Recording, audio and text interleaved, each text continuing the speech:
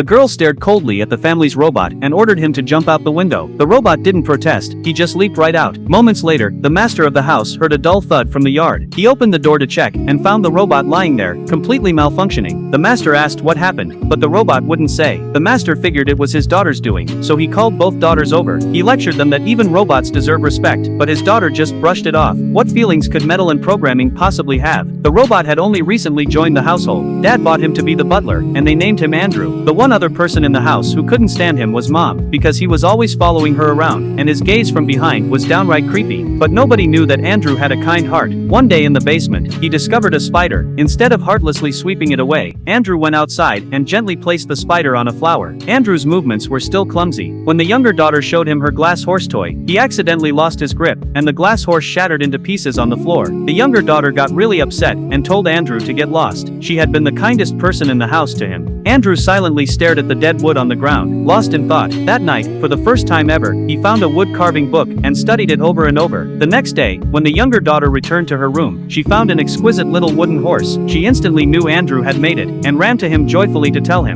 "This is the best present I ever got." When the master saw the carving, he began to realize his robot butler was no ordinary machine. He started watching Andrew closely. One day, he went down to the basement, where Andrew was usually required to stay, and found it spotlessly clean. Andrew sat motionless in front of an old broken record player, listening to music. The master was blown away. He took Andrew back to the factory, and asked the owner if the robot's independent thinking had been programmed in. The guy flat out denied it. Turns out they never expected consciousness to emerge. The owner even offered to buy Andrew back. The corporate types only cared about their bottom line. They were scared that a conscious robot would become a liability that could tank their stock price. The master was furious. He said personality is priceless and firmly refused the capitalist's offer. When he got home, he started taking Andrew seriously, teaching him human knowledge, reading and writing. But what fascinated Andrew most was watching the master and mistress chat and laugh together. The ups and downs of human emotion held an intriguing appeal for the steel machine.